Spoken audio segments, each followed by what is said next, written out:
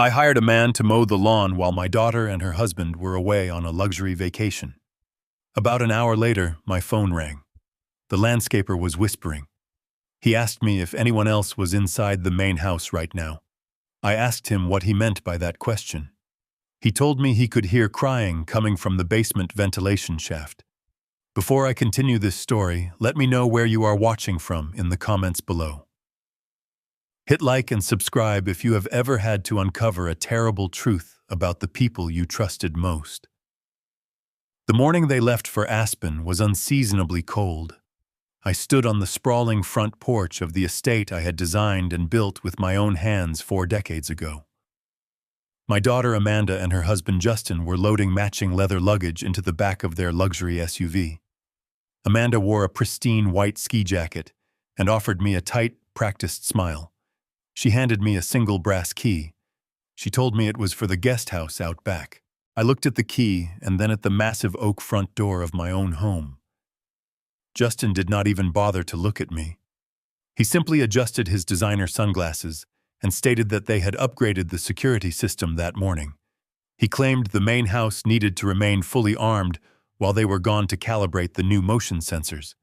He told me I would be much more comfortable in the guest house anyway, as the heating system out there was better suited for an old man. I did not argue. I am 72 years old, a retired structural engineer, and I have learned that arguing with Justin is like trying to build a foundation on wet sand. It is a waste of energy. I watched their vehicle disappear down the long gravel driveway. Then I walked to the front door and punched in my master code. The keypad blinked red. Invalid entry. I tried the secondary code. Invalid entry. They had not just upgraded the system. They had completely locked me out of the house I owned. I took my single brass key and walked the 50 yards to the small guest house near the tree line. I sat in the quiet room and accepted the reality of my situation. My daughter was slowly pushing me out of my own life, creating invisible boundaries to see how much territory she could claim before I fought back. I decided to let her have her petty victory for the week. I hired Leo Hodges, a local landscaper, to maintain the massive front lawn while they were gone, wanting to keep the property pristine despite the insult. An hour after Leo began his work, my phone vibrated on the small kitchen table. I answered it, expecting a question about the sprinkler valves. Instead, I heard Leo breathing heavily. His voice was dropped to an urgent whisper. He asked me if anyone else was supposed to be on the property. I told him the house was entirely empty. Leo paused for a long time. He said he was standing near the large iron ventilation grate on the east side of the foundation. He told me someone was down there. He said he heard a woman weeping, scratching against the concrete walls. A sudden freezing dread washed over my entire body. My mind raced through the logical possibilities, but none of them made sense. A burglar would not be crying in the basement. A trapped animal does not sound like a weeping woman. Leo asked me if he should dial for the police. I immediately told him no. I told him to step away from the grate and wait by his truck. Calling the police meant filing an official report. An official report meant Justin would be notified instantly. Justin was a high-level investment broker with powerful connections and an uncanny ability to twist narratives. If there was a problem on my property, I needed to see it with my own eyes before handing control over to a system Justin could manipulate. I walked out of the guest house and moved toward my rusted work truck. My hands were perfectly steady. The initial shock had evaporated, replaced by the cold, calculating mindset I used to employ when inspecting compromised architectural support beams. I reached into the bed of the truck and grabbed a heavy solid iron crowbar. It weighed nearly 15 pounds. It felt right in my grip. I met Leo near the east wall. He looked terrified. He pointed a trembling finger toward the ventilation well. I knelt on the damp grass and pressed my ear against the cold iron grate. The sound was faint but unmistakable. It was a rhythmic, exhausted sobbing. It was the sound of someone who had been crying for so long that their throat had completely given out. I stood up and looked at the basement window adjacent to the grate. It was constructed of reinforced security glass designed to withstand hurricane winds. I knew the exact specifications because I had ordered the glass myself 20 years ago. I also knew its structural weakness. I gripped the heavy iron crowbar with both hands. I raised it high above my shoulder, ignoring the sharp ache in my arthritic joints. I brought the iron tip down with every ounce of strength I possessed, striking the absolute bottom right corner of the window frame. The reinforced glass did not shatter immediately. It spiderwebbed with a loud crack. I struck it again harder this time. The pane gave way, collapsing inward in a shower of thick, blunt pebbles. The cold, stale air of the basement rushed up to meet me, carrying an odor that made my stomach turn. It smelled of chemical cleaning supplies, unwashed sheets, and human despair. I cleared the remaining shards of glass with the crowbar and lowered myself into the dark window well. I dropped down onto the concrete floor of the basement. The space was completely dark, save for the thin shaft of daylight pouring in from the broken window. I fumbled along the concrete wall until I found the light switch. The harsh fluorescent bulbs flickered to life, revealing a nightmare built inside my own home. The basement, which used to hold my antique drafting tables, had been entirely cleared out. In the center of the room, surrounded by bare concrete walls, was a heavy steel cot. A camping toilet sat in the corner. A single jug of water rested on a cheap plastic folding table. Huddled on the steel cot, wrapped in a thin gray blanket, was an elderly woman. She flinched violently when the lights turned on, raising a frail arm to shield her eyes. I walked slowly toward the cot. The woman lowered her arm and her terrified eyes met mine. It was Beatrice, my older sister. She was 74 years old and suffering from early-stage dementia. 6 months ago, Amanda had come to me in tears, explaining that Beatrice was wandering the streets and becoming a danger to herself. Amanda had found a premier highly rated memory care facility in Arizona that specialized in advanced cognitive therapy. The buy-in fee was enormous. I did not hesitate. I transferred $300,000 directly into Amanda's account to secure Beatrice a permanent, comfortable place in that facility. Amanda told me Beatrice was thriving there. She even sent me fake updates and generic photos of gardens. Now Beatrice was staring at me from a concrete floor, her face gaunt and her lips cracked from dehydration. She reached a shaking hand out toward me and whispered my name. In that exact fraction of a second, the father I used to be completely died. The man who made excuses for his daughter, the man who quietly accepted disrespect to keep the peace, ceased to exist. I looked around the sterile holding cell. I realized the magnitude of the betrayal. Amanda had not just stolen $300,000 from me. She had imprisoned her own aunt in a subterranean cage to hide the theft, leaving her to rot while she went on a luxury ski vacation. I did not scream. I did not cry. I simply took off my heavy flannel jacket and wrapped it gently around my sister's trembling shoulders. The time for being a forgiving father was over. The silent adjustment had begun. I wrapped my flannel jacket tighter around Beatrice.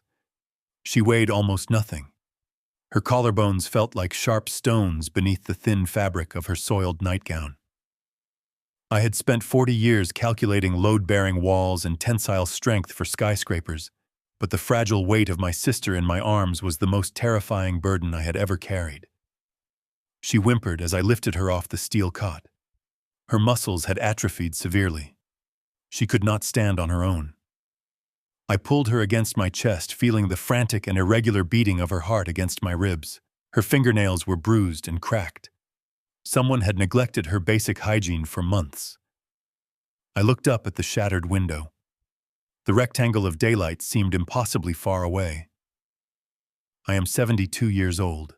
My knees pop with every step, and my lower back aches before the sun even rises.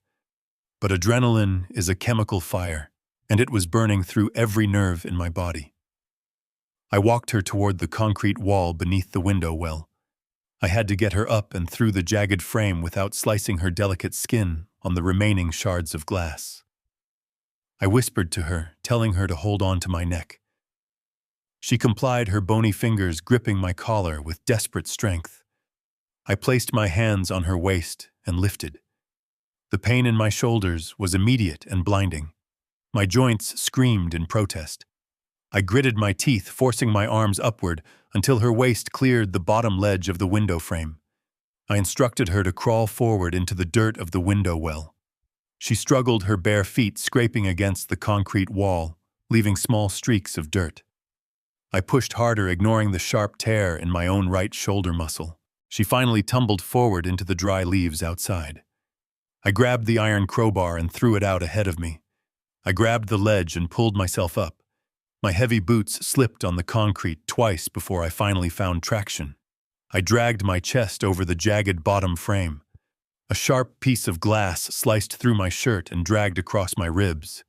I ignored the warm slide of blood down my side. I rolled out into the cold grass next to Beatrice. Time was evaporating rapidly. It was almost noon.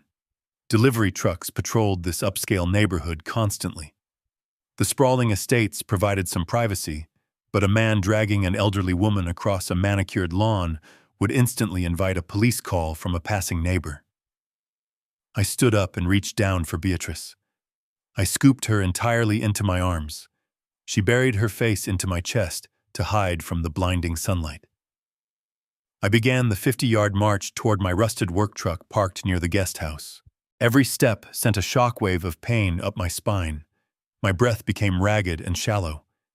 The manicured lawn felt like a vast and exposed desert.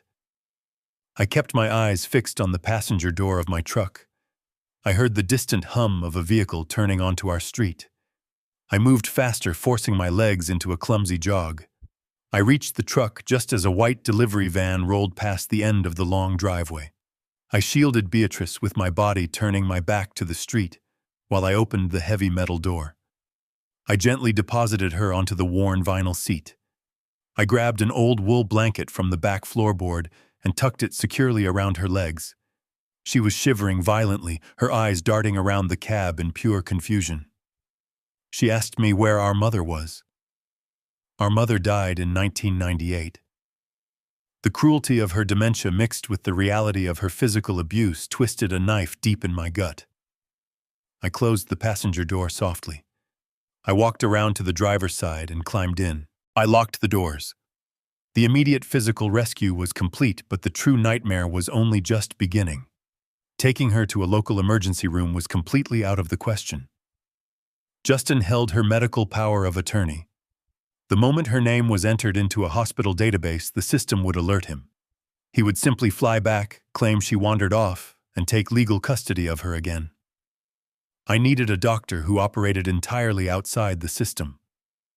I pulled my phone from my pocket and dialed a number I had not called in 5 years. I eased my foot off the brake and let the heavy truck idle forward. I steered it completely off the gravel driveway and onto the manicured grass, driving it behind the thick row of tall evergreen trees that shielded the guest house from the main road. I needed the vehicle entirely out of sight from anyone driving past the estate. I parked the truck as close to the back door of the small cottage as physically possible. I left the engine running to keep the heater blasting while I hurried to unlock the door. I rushed back to the passenger side and gathered Beatrice into my arms once again. She had stopped her frantic whimpering, but her sudden silence was far more terrifying. It was a hollow, vacant stillness of complete exhaustion. I carried her through the narrow doorway and laid her gently on the thick, quilted bedspread of the guest bedroom. I pulled the heavy curtains tightly shut, plunging the room into protective shadows before turning on a single warm bedside lamp. I needed professional medical help immediately, but a hospital was a trap I simply could not afford to step into. I pulled out my phone and dialed the number for Dr. Sylvia Collins. Sylvia was a retired emergency physician and had been my late wife's absolute closest friend for decades. She was a woman who understood the high value of absolute discretion. She answered on the second ring. I did not waste time with pleasantries or greetings. I told her I had a severe medical emergency at my property. I told her I could not involve the authorities or local emergency services under any circumstances. I told her I needed her to pack her medical bag and drive through the back service road to avoid the main security gates. Sylvia did not ask a single unnecessary question. She heard the grim resolve in my voice. She simply told me she would be there in 20 minutes and hung up the phone. I spent those 20 minutes sitting on the edge of the bed, holding my sister's frail hand. I took a warm washcloth from the bathroom and gently wiped the grime from her sunken face. She looked at me with empty eyes, occasionally murmuring fractured sentences that made no sense. The wait was pure agony. Every sound outside the guest house made my muscles tense. I expected to hear police sirens or the aggressive roar of Justin returning early to check on his prisoner. Instead, I heard the quiet hum of a vehicle pulling up behind the evergreens. 2 sharp knocks sounded at the back door. I opened it to find Sylvia standing there carrying a heavy black leather medical bag. Her expression was strictly professional until she walked into the bedroom and saw Beatrice lying on the bed. Sylvia stopped dead in her tracks. She knew Beatrice intimately. The sight of her vibrant friend, reduced to a skeletal, filthy shell, caused Sylvia to sharply draw in a breath. She looked at me, her eyes demanding an immediate explanation. I told her that my own daughter had done this. I told her Amanda had stolen the money meant for the care facility and locked her aunt in the basement. Sylvia did not waste any time on loud outrage or dramatic tears. She immediately shifted into her highly trained clinical mode. She opened her leather medical bag and began pulling out a stethoscope, a blood pressure cuff, and a pair of blue latex gloves. She asked me to fetch a bowl of warm water and clean towels. When I returned from the small bathroom, Sylvia was carefully cutting away the soiled fabric of Beatrice's nightgown with heavy medical shears. The physical state of my sister was far worse under the direct light of the bedside lamp. Her ribs protruded sharply against her pale, translucent skin. Deep purple bruises mottled her hips and shoulders, indicating she had been lying on that hard steel cot for months without proper movement or basic care. Sylvia wrapped a fresh, soft blanket around Beatrice to preserve her dignity while she conducted the examination. She listened to her heart, checked her pupils with a small penlight, and carefully palpated her abdomen. The silence in the room was incredibly heavy, broken only by the ragged, uneven sound of Beatrice drawing breath. Sylvia's face grew noticeably darker with every passing second of the physical examination. She reached for Beatrice's left arm to check her pulse rate. As she turned the frail wrist upward, Sylvia suddenly froze. She leaned in much closer, deeply inspecting the crook of my sister's elbow. She reached into her bag and pulled out a small magnifying glass and a focused surgical light. She aimed the bright beam directly at the thin, bruised skin. I stepped closer, asking her what she had found. Sylvia did not answer me immediately. She gently pressed her gloved fingers around a small, circular piece of hard plastic embedded just beneath Beatrice's skin. It was covered by a small patch of clear medical tape that had grown filthy around the edges. Sylvia peeled the tape back with extreme care. Beneath it was a subcutaneous medical port, the exact kind used in hospitals for administering regular intravenous medications. Sylvia looked up at me, and the clinical detachment in her eyes had been entirely replaced by absolute, chilling horror. She told me this port was professionally installed. She explained that it was absolutely not a standard procedure for a dementia patient in a traditional home care setting unless they were receiving specific, intensive medical treatments. She examined the dark bruising around the access point and noted the fresh, precise needle marks. She looked me directly in the eye and delivered the devastating truth. She told me Beatrice was not just malnourished and severely neglected. She told me someone had been regularly and aggressively injecting her with heavy chemical sedatives. This was exactly how they kept her quiet in a basement with a window facing the front lawn. This was how they ensured she never screamed loud enough to alert the neighbors, the delivery drivers, or the landscapers. The realization hit me with the force of a physical blow to the chest. Amanda and Justin had not just been lazy or cruel in their neglect. They had executed a calculated, systematic program of chemical restraint. They had chemically tortured her to protect their stolen wealth and their pristine suburban reputation. This entirely shifted the reality of my situation. I was no longer dealing with a greedy daughter who had made a terrible mistake in judgment. I was dealing with a pair of calculating predators who were willing to poison a helpless old woman to maintain their luxurious lifestyle. Sylvia packed her diagnostic instruments away with shaking hands. She told me Beatrice needed intravenous fluids immediately to survive, but she could not administer them safely without knowing exactly what sedatives were already circulating in her bloodstream. She offered to draw a blood sample and run it through a private, secure laboratory owned by a trusted former colleague. I agreed to the plan instantly. As Sylvia prepared the sterile syringe, I stood by the bedroom window and looked out toward the massive silhouette of the main house. The paternal hesitation inside me burned away completely. The anger solidified into something cold, heavy, and unbreakable. They had treated my family like disposable garbage. Now I was going to systematically dismantle their entire world. I left Sylvia monitoring Beatrice in the darkened guest bedroom and walked into the small kitchenette. The reality of our situation was becoming dangerously clear. I had a severely abused woman hidden 50 yards from the main house.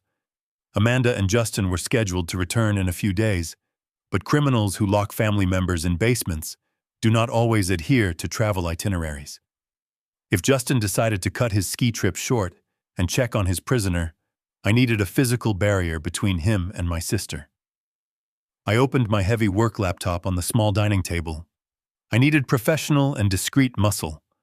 I spent 20 minutes researching private security contractors operating in the tri-state area. I found a specialized firm run by former military personnel that guaranteed a 2-man protection detail at my property within 4 hours.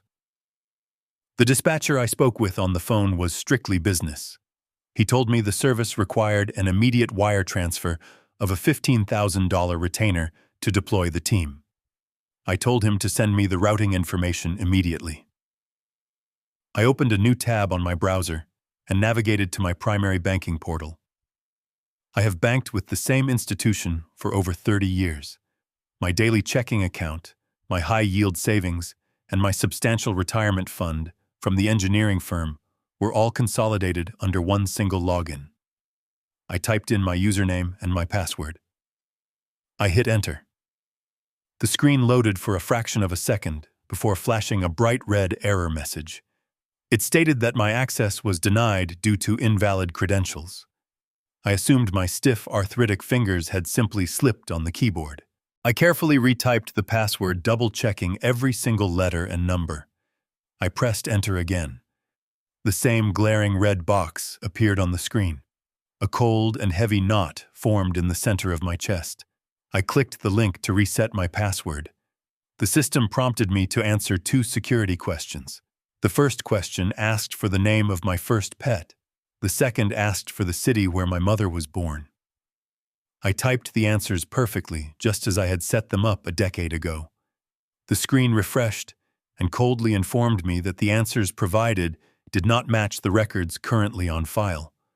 Someone had bypassed my 2-factor authentication and altered the fundamental recovery data. I felt a sudden and suffocating wave of panic rise in my throat. I picked up my phone and dialed the automated customer service line for the bank. I punched in my social security number and my primary account number. The automated voice paused and then delivered a pre-recorded message that made my blood run absolutely cold. The voice stated that my account had been flagged for administrative review and all telephone banking privileges were currently suspended. It instructed me to visit my local branch representative during normal business hours. I was entirely locked out of my own life.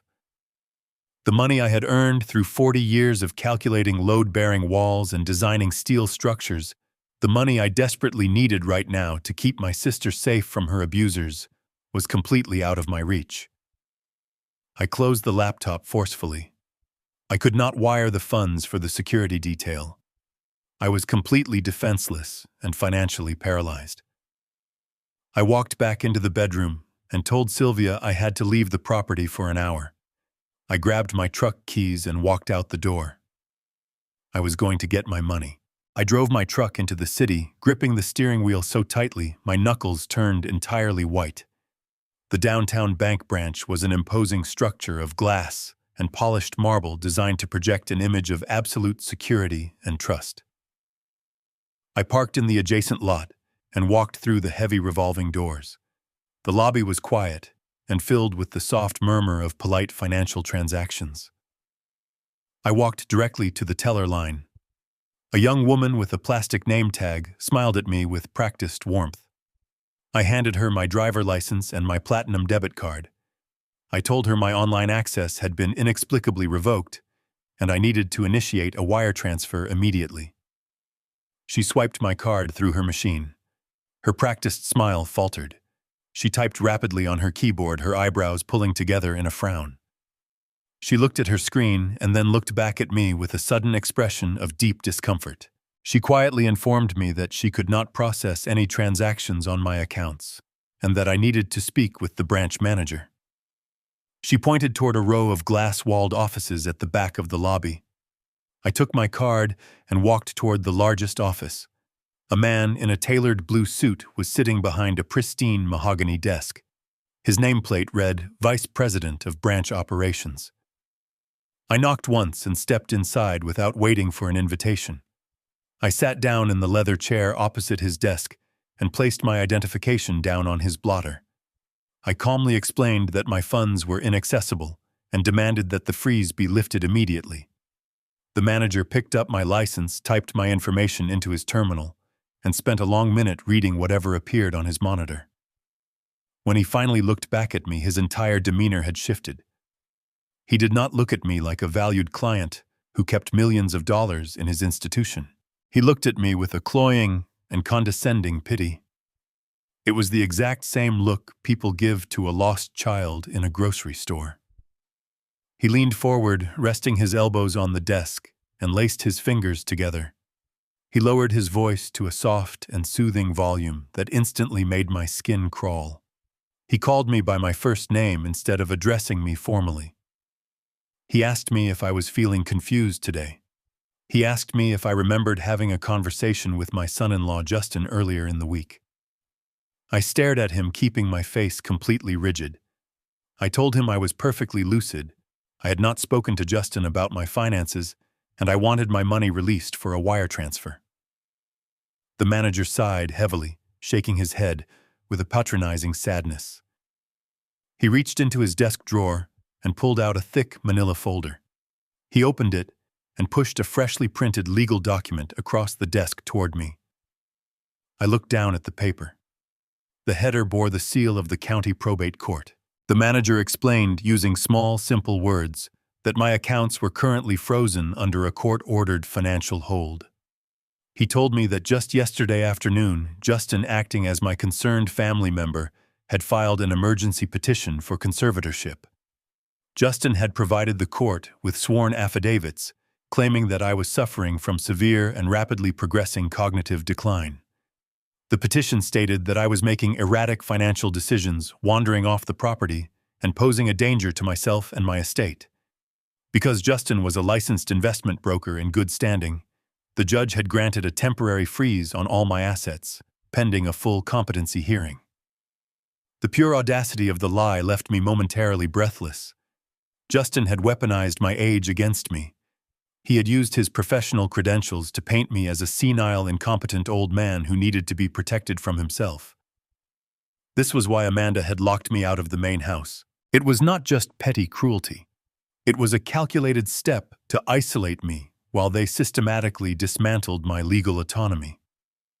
I looked at the manager. I told him the document was based on fraudulent claims. I told him I was a retired structural engineer of sound mind and that my son-in-law was attempting to steal my assets. The manager gave me another pitiful smile. He reached out and gently slid the document back across his desk, safely out of my reach. He spoke to me as if I were a volatile psychiatric patient. He said he understood that these situations can be very confusing and upsetting for seniors. He advised me to go home, rest, and let my family handle my affairs. He told me there was absolutely nothing he could do to release my funds until the court issued a final ruling on my mental capacity. I felt a surge of pure, violent rage demanding to be let out. I wanted to reach across the mahogany desk, grab him by his tailored lapels, and explain exactly how competent I was. But I remembered the police. I remembered Justin. If I caused a scene, if I raised my voice or acted aggressively, the bank would call security. They would file a police report documenting an erratic, angry outburst from an elderly man. I would be playing directly into his hands. I would be providing them with the exact evidence they needed to finalize the conservatorship and lock me away just like they locked away Beatrice. I swallowed the rage. I stood up slowly, smoothing the front of my jacket. I picked up my driver license and placed it back in my wallet. I looked the manager directly in the eyes. I did not raise my voice, but I spoke with a quiet, icy clarity that made his patronizing smile finally vanish. I thanked him for his time and told him he would be hearing from my legal representation very soon. I turned my back on him and walked out of the glass offices, out of the marble lobby, and back out into the cold daylight. I had no money. I had no security. I had 48 hours before the courts officially erased my legal existence. I climbed back into my truck. The time for defensive maneuvers was over. I needed to assemble an arsenal. I sat in the cold cab of my rusted work truck in the bank parking lot. My hands were gripping the steering wheel so tightly that my knuckles ached, but my mind was completely focused on the photocopy of the court petition I had forced the branch manager to hand over before I walked out of his office. I needed to see the exact words my son-in-law had used to dismantle my entire existence. The document was 12 pages long. It was printed on crisp white paper and filled with cold legal terminology designed to strip a human being of their fundamental rights. As I read through the sworn affidavits, the sheer magnitude of the trap Justin had built became horrifyingly clear. Justin was not just a low-level financial advisor. He was a senior partner in wealth management at one of the most aggressive brokerage firms in the city. For the past 15 years, he had built a highly lucrative career by managing the complex estates of high-net-worth individuals. He knew every single loophole in probate law. He knew exactly how to move massive amounts of capital across state lines without triggering federal audits. He understood the mechanics of asset liquidation better than anyone else. When my daughter Amanda first brought him home to meet me a decade ago, he presented himself as the perfect polished professional. He wore custom-tailored suits and drove expensive imported cars. He always knew exactly what to say to make people feel important. But I had spent my entire life working in structural engineering. I know how to identify a load-bearing wall, and I know how to spot a cheap facade. I always knew there was something deeply hollow behind his expensive smile, but I kept my mouth shut to preserve my relationship with my daughter. My silence had been my greatest mistake. I read the second page of the petition. Justin had leveraged his professional credentials to paint a masterpiece of deception for the probate judge. Because he was a licensed fiduciary, the court inherently trusted his financial assessments. He had attached a series of fabricated incident reports. He claimed that I had recently tried to wire large sums of money to offshore scammers. He stated that I was experiencing violent paranoid delusions and was wandering the neighborhood at night in my pajamas. The most sickening part was the medical addendum. Justin had used his firm, deep pockets to hire a private psychiatric consultant. This doctor, who had never met me, who had never spoken a single word to me, signed a preliminary evaluation based entirely on Justin lies. The doctor recommended an immediate and total suspension of my legal autonomy, citing a severe and rapidly progressing cognitive collapse. The legal maneuver was incredibly precise. Justin knew he could not simply steal my money without raising red flags at the bank, so he chose to legally erase me instead. A conservatorship is a terrifying legal instrument when placed in the wrong hands. It is designed to protect the vulnerable, but Justin was using it as a weapon of mass theft. If the conservatorship was granted, I would no longer be considered a person in the eyes of the law. I would become property. I would not be allowed to vote. I would not be allowed to hire my own lawyer. I would not be allowed to spend a single dollar of the money I had spent 40 years earning. Justin would have total unchecked control over my pension, my savings, and the massive equity in my estate. He could sell my house right out from under me, and I would not even be allowed to sign the paperwork. I flipped to the final page of the document, and my stomach dropped. The court order the bank manager had shown me was only a temporary emergency freeze. It was a preliminary measure to prevent me from hiding my assets. The actual competency hearing, where a judge would make the conservatorship permanent, was scheduled for Thursday morning at 9 o'clock. I looked at the digital clock on my dashboard. It was currently Tuesday morning. I had exactly 48 hours before the gavel fell and my life officially ended. 48 hours. That was the ticking clock hanging over my head. If I walked into that courtroom on Thursday and tried to defend myself without ironclad proof of his fraud, the judge would simply see an angry, erratic old man in denial about his failing mind. The court system was heavily biased toward polished young professionals in expensive suits holding folders full of medical jargon. Justin knew this. He was counting on me to react with rage. He wanted me to show up to court screaming about a conspiracy so the judge would instantly validate his claims of my paranoia. The reality of the timeline pressed down on my chest like a physical weight. If I lost on Thursday, I would be forcibly removed from my property. Justin would have me committed to a locked facility under the guise of providing me with around-the-clock care. And then there was Beatrice, my beautiful older sister trapped in a concrete cell beneath my own living room. If Justin took legal control of my estate, he would discover that I had found her. He would never let her go. He would quietly transfer her to some miserable underfunded state institution to hide the evidence of his chemical abuse. He would keep the $300,000 Amanda stole, and he would take the rest of my millions to cover his tracks. I folded the legal document and shoved it into the glove compartment of my truck. I could not panic. Panic is a luxury for people who have time to make mistakes. I had 48 hours to dismantle a trap that had been meticulously designed by a financial predator. I could not fight him in family court. The system was already rigged in his favor. I needed to destroy his credibility completely and entirely. I needed to find the source of his arrogance and tear it down to the foundation. I turned the key in the ignition, and the heavy engine of the truck roared to life. I pulled out of the bank parking lot and merged onto the highway. Justin thought he was dealing with a senile old man. He forgot that he was dealing with an engineer. He forgot that I spent my entire career learning exactly how to locate the weakest point in a massive structure and bring the whole thing crashing down. I pulled my truck into the empty parking lot of an abandoned diner on the edge of the city limits. The neon sign above the roof was shattered, and the asphalt was cracked with thick weeds pushing through the surface. It was a fittingly desolate place to sit and plan the absolute destruction of my own family.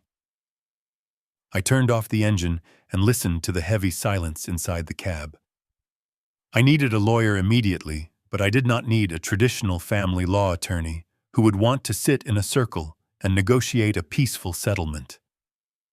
I needed a predator. I reached into my coat pocket and pulled out my phone. I scrolled past the numbers of my former engineering colleagues and old friends until I found the name Bradley Lawson. Bradley was not a gentle man. He was a senior partner at a massive corporate litigation firm downtown. His entire professional reputation was built on dismantling hostile takeovers and destroying fraudulent corporate entities. We met exactly 10 years ago during a massive class action lawsuit. A commercial parking garage had collapsed in the financial district, and Bradley was defending the primary structural contractor who was facing absolute financial ruin and federal prison time. The opposing counsel had a mountain of fabricated data blaming his client for the catastrophic structural failure. They hired me as an independent forensic engineer to review the concrete core samples. I spent 3 weeks analyzing the microscopic stress fractures in a freezing warehouse.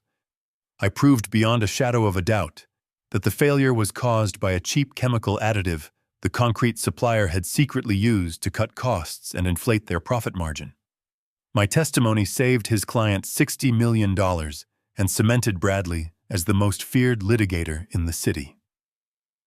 After the trial concluded, he shook my hand and told me that if I ever needed a mountain moved, I only had to call. I pressed the call button. A receptionist answered the phone with a crisp, professional tone. She asked for my name and the nature of my urgent business. I told her my name was Henry Wallace, and I needed to speak with Bradley immediately. She politely informed me that he was currently in a multi-million-dollar deposition and could not be disturbed under any circumstances. I kept my voice entirely level and instructed her to walk into that deposition room and hand him a piece of blank paper with my name written on it. I told her if she did not do exactly that, he would likely terminate her employment before her lunch break. The line went silent for a long moment before she placed me on a brief hold. Less than 2 minutes later, the line clicked and Bradley picked up. His voice was sharp and hurried but completely focused. He asked me what was wrong. I did not waste time apologizing for the interruption or explaining my emotional state. I told him my son-in-law, Justin Pierce, had filed an emergency conservatorship against me using a fraudulent psychiatric evaluation and forged incident reports. I told him my primary bank accounts were entirely frozen, and I had exactly 48 hours before a probate judge made the order permanent and legally erased my autonomy. I heard the heavy oak door of a conference room close in the background on his end of the line. The hurried energy in his voice vanished entirely and was replaced by a cold, mechanical precision. He asked me for the exact name of the brokerage firm where Justin worked. I gave it to him. He asked me the name of the judge listed on the temporary order. I read it off the photocopy sitting on my passenger seat. Bradley let out a low, slow breath. He told me that specific judge was notoriously rigid and heavily favored financial institutions.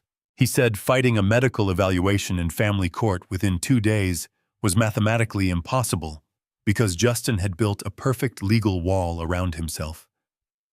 I felt the familiar weight of panic try to surface, but I pushed it down deep into my chest. I told Bradley I had my elderly sister hidden in my guest house right now because Justin and my daughter had locked her in my basement and chemically sedated her to steal her specialized care facility funds. I told him if I lost this court battle on Thursday morning, she would die in a neglected state-run facility, and I would be locked away in a psychiatric ward for the rest of my natural life. The silence on the phone was absolute. When Bradley finally spoke, his voice was dangerously quiet. He told me he was walking out of his current deposition right now. He told me he was pulling his entire team of senior associates off their current cases, and they were going to work through the night. He said we were not going to play defense in a rigged family court. He said if Justin was arrogant enough to file fraudulent medical documents against his own family, he was absolutely arrogant enough to be committing severe financial crimes at his brokerage firm. Bradley told me we were going to bypass the conservatorship entirely and go straight for his throat. We were going to find the hidden rot in his professional foundation and bring his entire career crashing down on his head before the judge even had a chance to pick up his gavel. He told me to go back to my property, act perfectly normal, and wait for his call.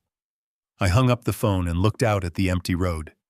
I finally had an ally who understood the architecture of total ruin. I drove back to the estate and parked my truck exactly where I had left it, behind the tall evergreens. The property was completely silent under the afternoon sun. I walked into the guest house and found Sylvia sitting quietly beside the bed. Beatrice was finally sleeping deeply, and the intravenous drip was providing her with the hydration she so desperately needed. Sylvia gave me a tight nod, indicating that her condition was stable for now. I sat down at the small dining table and stared at my phone. The waiting was the most difficult part of the process. As an engineer, I was used to actively solving problems with mathematics and physical materials. Sitting still while a lawyer dissected the financial history of my son-in-law felt like being trapped underwater without air. But I trusted Bradley. I knew he was currently mobilizing a team of absolute sharks. 2 hours later, my phone finally vibrated against the wooden table. I answered it immediately. Bradley sounded entirely different now. The hurried rush from our first call was completely gone. In its place was the slow and methodical tone of a predator that had just caught the scent of blood. He told me he had 5 of his best forensic accountants tear into the public filings of the brokerage firm where Justin worked. Bradley confirmed exactly what he had suspected from the beginning. He explained that fighting the temporary conservatorship in probate court on Thursday morning was a guaranteed loss. The legal system was designed to protect the assets first and ask questions later. If we walked into that courtroom, Justin would simply play the concerned relative and point to the frozen accounts as proof of my financial incompetence. The judge would see me as a bitter old man, and the trap would snap shut permanently. Bradley told me we had to completely abandon the family court strategy. If you want to demolish a building, you do not argue with the bricks. You find the structural weakness in the foundation, and you apply massive pressure until the whole thing crumbles. The foundation of Justin was his career and his flawless reputation in the financial sector. Bradley explained that highly successful brokers do not suddenly risk federal prison to steal $300,000 from an elderly aunt unless they are completely desperate. They do not file emergency court orders to seize a family estate unless they need massive amounts of capital immediately. Justin was projecting an image of extreme wealth, but Bradley knew it was a carefully constructed illusion. The theft was not born of simple greed. It was born of absolute sheer desperation. The team of accountants had started digging into the recent market activities of Justin. They discovered that he had been quietly setting up a series of shell companies under his own name over the past 12 months. These companies were not affiliated with his massive brokerage firm. They were private, independent entities heavily leveraged in high-risk commercial real estate. Bradley explained that Justin had taken out massive personal loans to fund these acquisitions, betting everything on a market boom that never happened. The commercial real estate market had recently taken a massive dive, and Justin was caught holding the bag. He was over-leveraged by millions of dollars, and the banks were calling in his loans. If his employer found out about these independent high-risk shell companies, he would be fired instantly and stripped of his trading licenses. The entire horrifying picture finally snapped into perfect clarity in my mind. Justin did not just want my house because he was greedy. He needed the physical equity of my sprawling estate to serve as collateral to save his own sinking ship. He needed to legally erase me so he could liquidate my life savings to cover his massive illegal debts.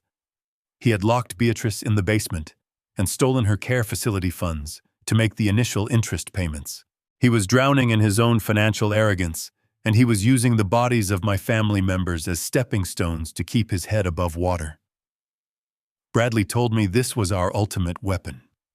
If we could prove to his employer and the federal authorities that Justin was hiding these debts, we would not have to fight the conservatorship at all.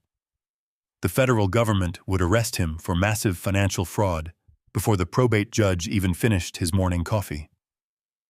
But Bradley warned me that public filings were not enough to secure an immediate federal warrant. Justin was smart enough to hide the direct money trails connecting my stolen funds to his failing shell companies. We needed the absolute physical proof to hand to the authorities. Bradley told me that arrogant men like Justin never trust digital servers with their most damning secrets. They always keep a hard copy of their real numbers. We needed to find his physical ledger, and we needed to find it tonight. Bradley kept talking, his voice dropping into a low and intense rhythm. He explained exactly how a man like Justin operates when he is pushed to the edge of financial ruin. Justin could not simply transfer millions of dollars from his clients into his failing real estate shell companies without triggering massive federal alarms. Instead, he had been executing a complex skimming operation. Bradley told me his accountants noticed tiny fractional anomalies in the public tax filings of several trusts managed by Justin. He was quietly siphoning money from the accounts of his oldest and most vulnerable clients, moving the stolen capital through a maze of offshore holding companies before funneling it back into his own commercial properties. It was a highly sophisticated shell game designed to look like normal market fluctuations. But a scheme of that magnitude requires absolute precision. Bradley explained that Justin had to keep a master record of the real numbers to track the actual movement of every stolen dollar, so he knew exactly how much he needed to replace if the market ever recovered. He could never store that information on a computer or a smartphone or a cloud server. Digital files leave metadata. They leave breadcrumbs that forensic investigators can recover even after they are deleted. The only truly secure way to track an illegal financial operation of that size is with physical ink and paper. Bradley said Justin would have a physical ledger acting as a handwritten map of his entire criminal enterprise. If we could hand that single book over to the federal authorities, the entire facade would collapse. Justin would not face a civil lawsuit. He would face decades in a federal penitentiary. I sat at the small dining table in the guest house and closed my eyes. I needed to think about the physical layout of my own home. I thought about the renovations Justin had demanded shortly after he and my daughter moved in. He had insisted on converting my old ground-floor library into a private home office. At the time, he claimed his brokerage firm required strict security protocols for employees working remotely. He had contractors install a solid steel core door. The windows were fitted with shatterproof glass and internal steel mesh blinds. But the most arrogant addition was the lock. He did not use a standard deadbolt or a keypad. He installed a high-grade biometric fingerprint scanner. He told Amanda it was a necessary expense to protect client confidentiality. I opened my eyes and spoke into the phone. I told Bradley about the office. I told him about the steel door and the biometric lock. I told him that if Justin had a physical ledger documenting millions of dollars in federal wire fraud, it was sitting inside that room. Bradley fell silent for a heavy moment. When he finally spoke, his tone was entirely devoid of its previous aggressive energy. It was deadly serious. He told me that entering that room was a massive gamble. We were operating entirely outside the boundaries of the law. If Justin had silent alarms inside that office, or if I triggered a security protocol that alerted the local police, my situation would go from desperate to completely catastrophic. If the police found me attempting to break into a secure office while a conservatorship petition was pending against me, Justin would not even have to argue his case in family court. The police would arrest me for burglary and vandalism. Justin would use the police report as absolute undeniable proof of my severe cognitive decline and violent paranoia. The judge would stamp the permanent conservatorship order immediately, and Beatrice would be completely at his mercy. I listened to the warning, understanding the massive weight of the consequences. But the fear that had been gripping my chest all morning was entirely gone. It had been replaced by the cold, calculated focus of a man who had spent 40 years solving complex structural problems. I told Bradley that I built that house with my own 2 hands. I told him I knew every wire and every load-bearing beam, and every hidden conduit inside those walls. I did not care about the risks. I did not care about the police. The only thing that mattered was protecting my sister and destroying the predator who had tortured her. I told Bradley to have his federal contacts ready. I promised him I would get the ledger tonight. I ended the call and placed the phone face down on the table. I stood up and walked over to the bedroom door to check on Beatrice one more time. Sylvia was sitting quietly in the chair reading a medical journal in the dim light. Beatrice was breathing softly, her face finally relaxing into a peaceful sleep. I looked at her bruised skin and felt a fresh wave of resolve wash over me. I walked into the small kitchenette and opened my heavy canvas tool bag. I pulled out a set of precision screwdrivers, a small flashlight, and a roll of electrical tape. I could not go through the front door because the main security system was still armed. I would have to enter the house through the broken basement window, climb up the cellar stairs, and navigate the dark hallways to reach the office. I had to bypass a state-of-the-art biometric scanner, using nothing but basic hand tools and an engineering degree. I slipped the tools into the deep pockets of my jacket. I stepped out of the guest house and walked toward the main estate. The afternoon sun was beginning to dip below the tree line, casting long, dark shadows across the manicured lawn. I moved carefully, avoiding the sightlines of the main road. Every step toward the house was a step deeper into a trap Justin had designed. But he had made one fatal miscalculation. He believed his modern technology and his expensive security systems made him invincible. He forgot that the foundation beneath his feet was built by me. He forgot that a scanner is simply a machine and every machine has a mechanical flaw waiting to be exploited. I reached the side of the house and looked down into the window well where I had pulled Beatrice out just hours earlier. The jagged glass still framed the dark opening like sharp teeth. I lowered myself down into the cold dirt. I was about to break into my own life and I was going to tear his completely apart. The hallway inside the main house was suffocatingly dark and entirely silent. I moved with slow, deliberate steps over the hardwood floor, relying entirely on my memory of the layout to avoid bumping into the expensive furniture Amanda had recently purchased. I reached the end of the corridor and stood before the heavy, solid steel door of the converted home office. The only light in the space came from the small, glowing green ring of the biometric fingerprint scanner mounted on the wall, right above the brass handle. I pulled the small flashlight from my jacket pocket and cupped my hand over the lens to dim the beam. I examined the sleek plastic casing of the scanner. Justin had probably paid thousands of dollars for this device, believing it was an impenetrable fortress of modern technology. But as a structural engineer, I knew that no matter how advanced the software was, the hardware was still secured to drywall with standard metal screws. I took the flathead screwdriver from my canvas bag and carefully wedged it into the microscopic seam between the wall and the plastic mounting plate.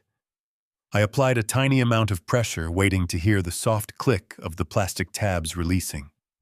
I needed to expose the internal wiring and cross the primary circuit to trick the locking mechanism into defaulting to an open state. I took a slow breath and tightened my grip on the tool. I was exactly 3 seconds away from popping the cover off when the sudden loud electronic chime of the front security system shattered the silence of the house. I froze completely. A split second later, the heavy sweep of bright automotive headlights washed across the large living room windows, casting long, moving shadows down the hallway. I heard the unmistakable heavy rumble of Justin driving his luxury sports utility vehicle onto the gravel driveway. My heart slammed against my ribs with terrifying force. They were not supposed to be home until the weekend. They had returned from Aspen 3 days early. The metallic rattle of keys sounded from the front porch. I had less than 10 seconds before that massive oak door swung open and exposed me standing outside the forbidden office with burglary tools in my hands. If Justin caught me trying to break into his secure room, he would call the police immediately. He would hand them the tools as physical evidence of my erratic and criminal behavior, cementing the conservatorship before the sun even came up. I shoved the screwdriver and the flashlight deep into my jacket pockets. I turned away from the green light of the scanner and walked rapidly and silently back down the dark hallway. I needed to be anywhere else. I needed to create an immediate and believable alibi. I heard the deadbolt of the front door loudly click open. I rushed into the main living room just as the heavy front door swung inward. I threw myself into my worn leather armchair facing the large television screen. I grabbed the remote control from the side table and blindly pressed the power button. The screen flared to life, illuminating the dark room with the bright flashing colors of a late-night infomercial. I let my shoulders slump forward entirely. I relaxed the muscles in my face, letting my jaw hang slightly slack. I stared blankly at the television screen, forcing my eyes to look glassy and completely vacant. I had to become the exact pathetic creature Justin had described in his fraudulent legal documents. The heavy footsteps of my son-in-law echoed in the foyer, followed by the sharp, aggressive clicking of Amanda walking in her expensive winter boots. Justin dragged 2 large leather suitcases into the house, cursing loudly under his breath about the terrible road conditions and the canceled flights that had ruined their luxury vacation. He flipped the main light switch, flooding the living room with blinding overhead light. He stopped dead in his tracks when he saw me sitting in the armchair. He dropped the handles of the suitcases and stared at me with pure, unadulterated shock. He demanded to know what I was doing inside the main house. He yelled that he had explicitly locked me out and changed the security codes before they left. I did not turn my head to look at him. I kept my eyes entirely fixed on the television screen, watching a man try to sell a plastic blender. I blinked slowly and let out a soft, confused murmur. I told him I was just watching my favorite program. I kept my voice weak and raspy intentionally, letting the words slur together just a fraction. I asked him if it was time for breakfast yet. Amanda walked into the living room, taking off her pristine white ski jacket. She looked at me with an expression of profound disgust. She complained to Justin that the house smelled old and stale. She completely ignored the fact that her own father was sitting right in front of her, treating me like a broken piece of furniture that was taking up too much space. Justin walked slowly around my chair, stepping directly into my line of sight. He leaned down, putting his face uncomfortably close to mine. I could smell the expensive scotch on his breath. He sneered at me, his eyes filled with a cruel and mocking arrogance. He asked me how I managed to get past the locked doors. He asked me if I broke a window like a common criminal. I did not react to the insult. I simply looked up at him with wide, vacant eyes and offered a slow, empty smile. I told him I used my key.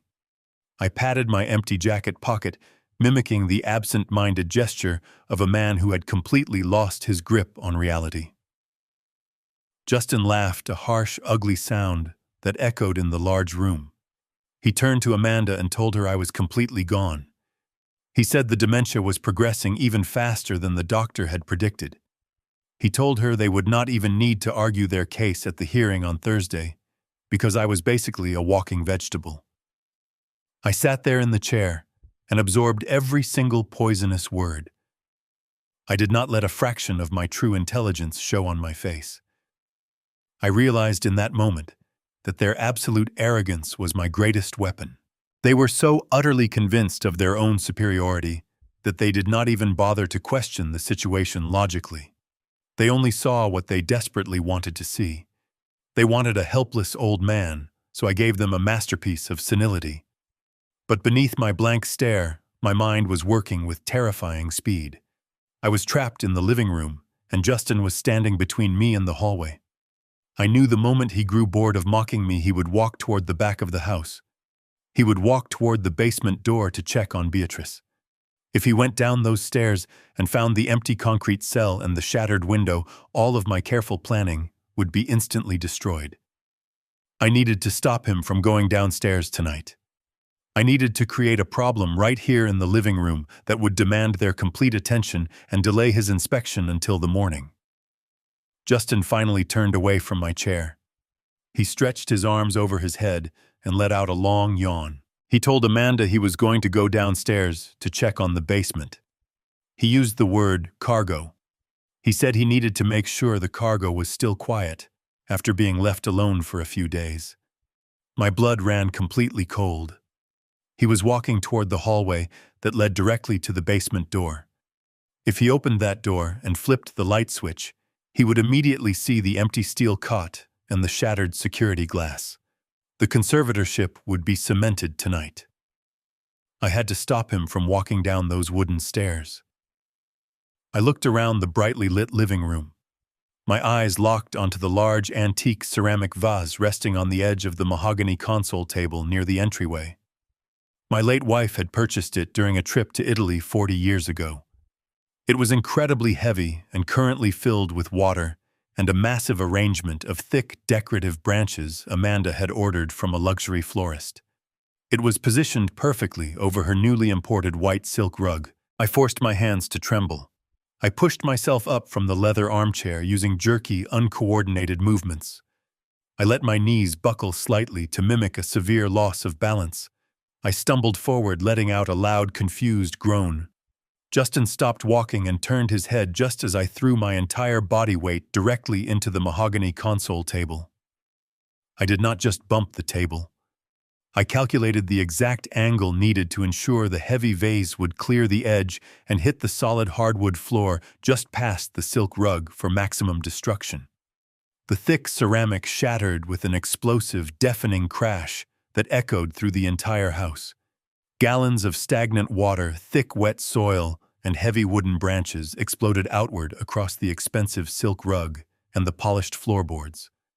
Thousands of razor-sharp ceramic shards scattered in every direction. I collapsed onto my hands and knees in the center of the mess, intentionally soaking my clothes in the dirty water. Amanda let out a piercing scream of pure, absolute horror.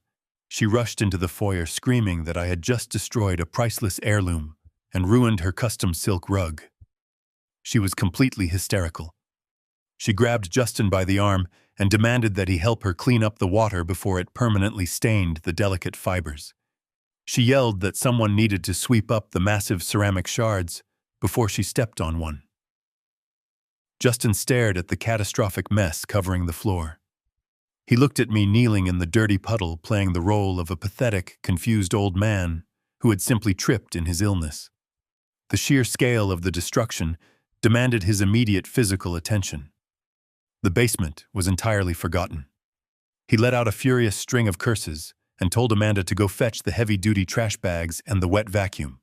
He grabbed my arm roughly and hauled me to my feet, dragging me away from the broken ceramic. He shoved me toward the front door and told me to get out of his sight and go back to the guest house immediately. He shouted that he would deal with the basement and my complete incompetence first thing tomorrow morning. I kept my head bowed and my shoulders slumped as I walked out the front door into the freezing night air. I did not look back. I had sacrificed a beautiful piece of my history, but I had successfully stopped his momentum. The immediate threat was neutralized. It was midnight. I had just bought myself exactly 12 hours to break into his office and find the ledger. I sat in the dark guest house and watched the illuminated windows of the main estate. I waited for 3 agonizing hours. I watched the lights in the master bedroom finally click off. I gave them another full hour to fall into a deep and heavy sleep. It was exactly 2 a.m. when I finally stood up. The air was freezing, but I did not feel the cold. My mind was entirely occupied by the mechanical problem standing between me and the physical ledger. Biometric scanners read the unique ridges of a fingerprint, but they also measure the electrical capacitance of human skin. A simple photograph of a fingerprint would not open the office door. I needed a 3-dimensional conductive replica, and I had to build it using only the basic supplies I could find in my canvas tool bag. I laid my materials out on the small wooden table. I had a thick carpenter pencil with a solid graphite core. I had a roll of heavy, clear packing tape. I had a small razor blade and a single blue latex medical glove that Sylvia had discarded earlier in the evening. Graphite is a highly conductive material.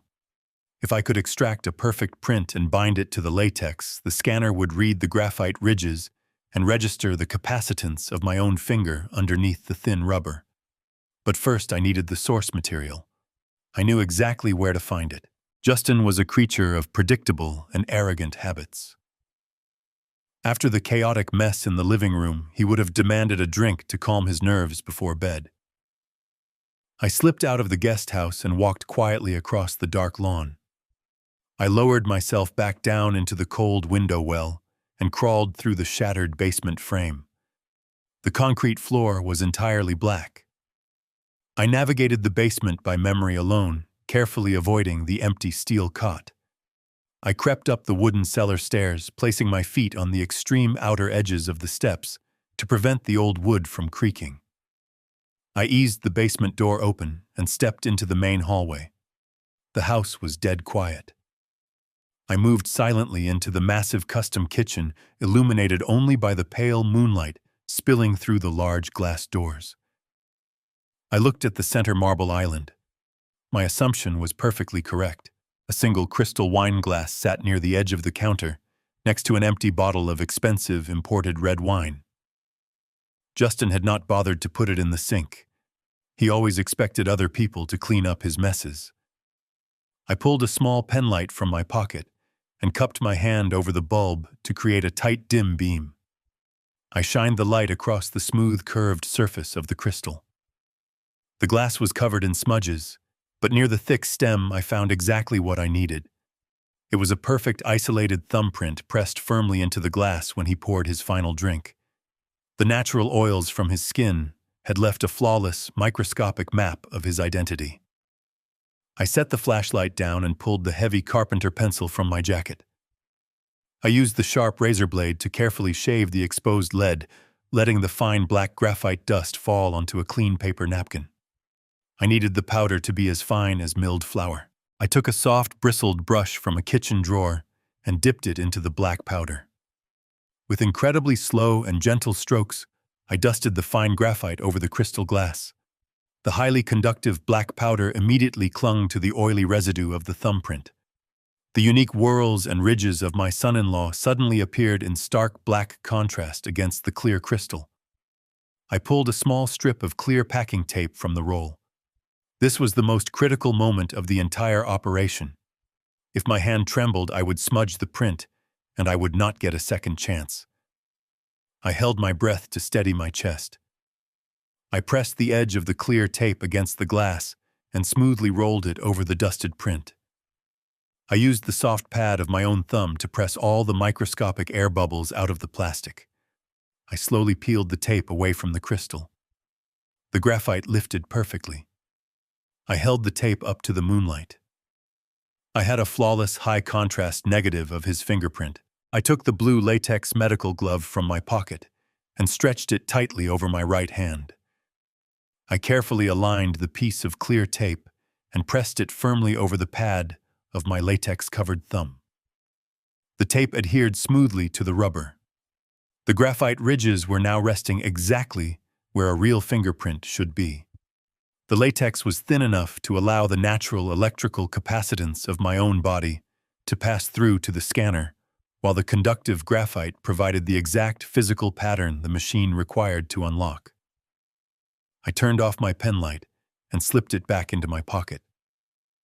I left the kitchen and walked silently down the long, dark hallway toward the steel door of the home office. I raised my right hand. It was time to see if the engineering held up. I stood in front of the heavy steel door. The glowing green ring of the biometric scanner was the only light in the pitch-black hallway. I raised my right hand. The blue latex glove clung tightly to my skin. The clear packing tape with the graphite fingerprint was perfectly aligned over my own thumb. My heart hammered against my ribs, but my hand was completely steady. I pressed my thumb firmly against the glass sensor. The green light vanished instantly. A solid red light replaced it. The machine emitted a low, angry buzz. It was rejecting the scan. I pulled my hand back and wiped a drop of cold sweat from my forehead. I realized my mistake immediately. I was pressing too hard. The latex was compressing and distorting the graphite ridges. I took a slow, deep breath and raised my hand a second time. I placed my thumb lightly against the glass, applying only the bare minimum pressure required to make physical contact. I let the natural electrical charge of my body pass through the thin rubber. The red light held for 2 agonizing seconds. Then it flashed a brilliant solid green. The heavy steel deadbolt inside the door slid back with a loud mechanical clank. I turned the brass handle and pushed the door open. I slipped inside and closed it silently behind me. The lock engaged again with a final heavy click. I was inside the fortress. I pulled my small penlight from my pocket and swept the dim beam across the room. Justin had completely erased my old library. The rich mahogany bookshelves I had built 40 years ago were gone. In their place were cold, modern metal cabinets and a massive glass desk. I moved quickly toward the desk. I checked every single drawer. They were unlocked but completely empty. Justin was arrogant, but he was not stupid. He would never leave a physical record of massive federal wire fraud sitting in an unlocked desk drawer. I stepped back and studied the architecture of the room. I had framed these walls myself. I knew the exact dimensions of the space down to the final millimeter. I shined my light against the far wall. Justin had hired contractors to install a floor-to-ceiling custom oak bookcase. It was filled with thick, leather-bound volumes on corporate tax law and financial regulations. It looked incredibly impressive, but something was fundamentally wrong with the physical geometry of the installation.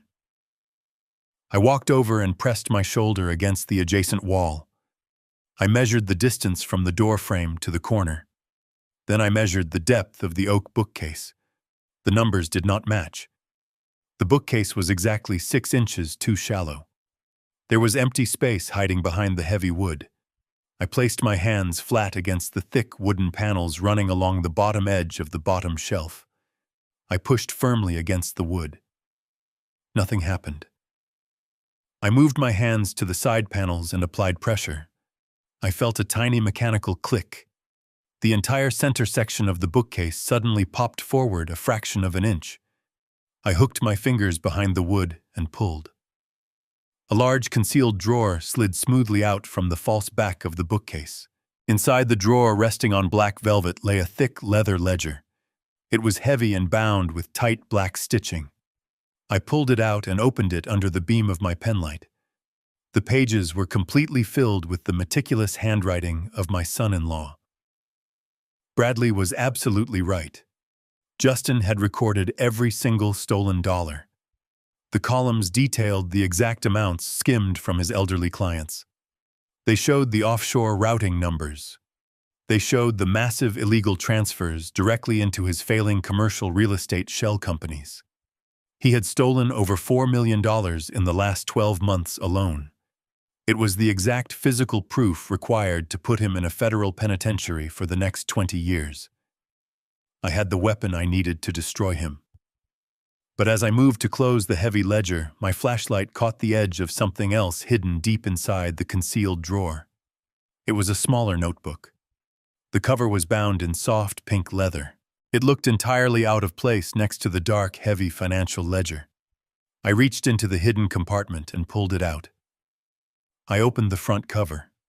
The handwriting inside was not the sharp, aggressive script of Justin. It was the round, looping cursive I had spent 2 decades reading on birthday cards and school assignments. It was the handwriting of my daughter Amanda. I flipped to the first page. It was a personal diary. But it was not a record of her thoughts or her dreams. It was a meticulous, calculated log of absolute human cruelty. I read the entry dated 6 months ago. It was the exact day I gave her the $300,000 for the memory care facility in Arizona. She wrote about how easy it was to manipulate me. She called me a pathetic old fool who would pay any price to avoid dealing with a difficult situation. The next entry described the day they moved Beatrice into the basement. Amanda complained about the smell of the damp concrete. She wrote that they had to buy a special industrial lock for the door because Beatrice kept crying and trying to turn the handle. My stomach twisted violently as I turned the pages. Amanda detailed the exact dosage of the chemical sedatives they were injecting into my sister. She wrote that Justin procured the drugs from a corrupt private physician who owed him a massive gambling debt. She complained that administering the injections was annoying because Beatrice would sometimes thrash around and bruise her arms. She wrote about my sister not as a human being or a family member, but as a disgusting chore she was forced to manage to keep her luxury lifestyle intact. Every single word was saturated with a profound, chilling entitlement. But the final entry, written just 3 days before they left for Aspen, made my blood run completely cold. Amanda had stopped writing about Beatrice. She was writing about me. She detailed the entire plan for the emergency conservatorship. She wrote that my pension and my massive savings accounts would finally allow Justin to pay off the last of his aggressive real estate loans. but she did not plan on putting me in a nursing home. Nursing homes cost money. She wrote that the basement was already perfectly set up for a prisoner. She planned to lock me down there right next to my sister once the judge signed the final permanent order on Thursday morning. She wrote that nobody would ever ask questions because everyone would believe I was locked away in a secure psychiatric ward. She planned to leave me in the dark to rot in the house I had built for her. I stood in the cold office staring at the pink leather journal. The last remaining shred of paternal hesitation died completely. The tiny quiet voice in the back of my mind that still wanted to believe my daughter was simply misguided was completely silenced. The woman who wrote these pages was not the child I had raised. She was a monster who wore my daughter's face. I felt no sorrow. I felt no grief. I only felt a terrifying absolute clarity. I pulled my phone from my pocket. I opened the camera application and turned off the flash. I held the penlight steady with my teeth. I carefully photographed every single page of the financial ledger. I captured every account number, every offshore routing code, and every illegal transaction. Then I picked up the pink diary. I photographed every single confession of abuse, every complaint about the sedatives, and the entire premeditated plan to lock me in the basement. I made sure the lighting was perfect and the text was entirely legible. When I was finished, I placed the pink diary back into the velvet drawer exactly where I had found it. I placed the heavy black ledger right next to it. I slid the concealed drawer back into the wall. The hidden locks engaged with a soft click. The bookshelf looked completely untouched. I walked back to the heavy steel door. I pulled the brass handle and stepped out into the dark hallway. I was no longer a father trying to save his family. I was the architect of their absolute destruction. I sat by the window in the guest house and watched the sun slowly rise over the frost-covered lawn. I held a mug of black coffee in my hands, letting the heat seep into my stiff joints. I had not slept a single minute since returning from the main house. My right shoulder throbbed with a deep, continuous ache from dragging Beatrice through the window well, but my mind was operating with terrifying clarity. The photographs of the financial ledger and the pink leather diary were already sitting securely on the encrypted servers of my attorney. The heavy lifting was completely finished. The trap was perfectly set and heavily baited. Now I only had to sit in the quiet morning light and wait for the predator to step inside and snap the jaws shut. I kept my eyes fixed on the large glass windows of the main estate. Shortly after 7 o'clock, I saw the silhouette of Justin moving through the custom kitchen. He poured himself a cup of coffee, moving with the sluggish, heavy steps of a man suffering from a severe hangover. He was likely still furious about the massive mess I had intentionally created in the foyer the night before. I watched his shadow leave the kitchen and move toward the back hallway of the house. He was finally heading toward the basement door. I took a slow, deliberate sip of my coffee. The moment of absolute reckoning had finally arrived. He was walking down those wooden stairs, expecting to find a broken, sedated woman he could intimidate. I knew exactly what he was seeing the moment he flipped the harsh fluorescent light switch at the bottom of the stairs. He would look toward the center of the cold concrete room. He would see the heavy steel cot completely empty. He would see the thin gray blanket tossed onto the floor. His arrogant mind would freeze completely, unable to process the impossible reality. Then his eyes would dart to the far wall. He would see the jagged hole in the reinforced security window.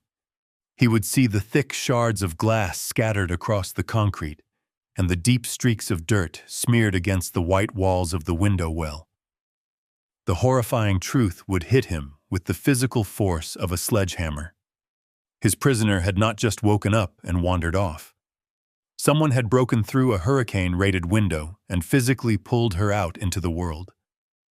The quiet peace of the morning was suddenly shattered by the muffled sound of Justin screaming for my daughter. Even through the thick, insulated walls of the main house and the 50 yards of open lawn, I could hear the pure, unadulterated terror vibrating in his voice. I saw his silhouette sprint frantically past the living room windows, taking the main staircase 2 steps at a time to reach the master bedroom. Absolute catastrophic panic had taken over. Justin and Amanda were not hardened criminal masterminds used to operating under pressure. They were simply greedy cowards who relied entirely on isolation and intimidation to maintain their control. Now their isolated victim was missing, and the implications were completely devastating for them. If Beatrice was found wandering the suburban streets by a passing police cruiser, or if she was taken to a local hospital emergency room, their entire lives would instantly end. A medical professional would immediately discover the subcutaneous port in her arm. They would run a toxicology screen and document the heavy forced chemical sedation. The police would investigate the squalid concrete cell in the basement. The theft of the $300,000 meant for her specialized care facility would be exposed in hours. The emergency conservatorship they were relying on to save Justin from his massive real estate debts would instantly evaporate. It would be replaced by federal warrants for kidnapping, torture, and severe elder abuse. I watched Amanda pace frantically back and forth past the second-floor bedroom window. She was clutching her head with both hands, her movements completely erratic and desperate.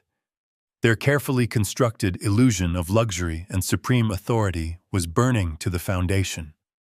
The most beautiful part of the morning was knowing they had absolutely no idea who had lit the match. They still believed I was a pathetic, senile old man who tripped over a rug in a confused daze. They had no idea I was sitting just 50 yards away, watching their world collapse with a cup of coffee in my hand. They were cornered rats, and I knew exactly what cornered rats did when they panicked. They would try to control the narrative. They would come looking for the weak old man. I set my coffee mug down and prepared to give them the final performance of my life. 10 minutes later, the heavy wooden door of the guest house violently swung open. It hit the interior wall with a loud crack. Justin stood in the doorway, breathing heavily. His expensive silk pajama shirt was wrinkled and completely soaked in nervous sweat. His perfectly styled hair was a frantic mess. He looked like a man who had just watched his entire life burn to the ground. I did not flinch when the door crashed open.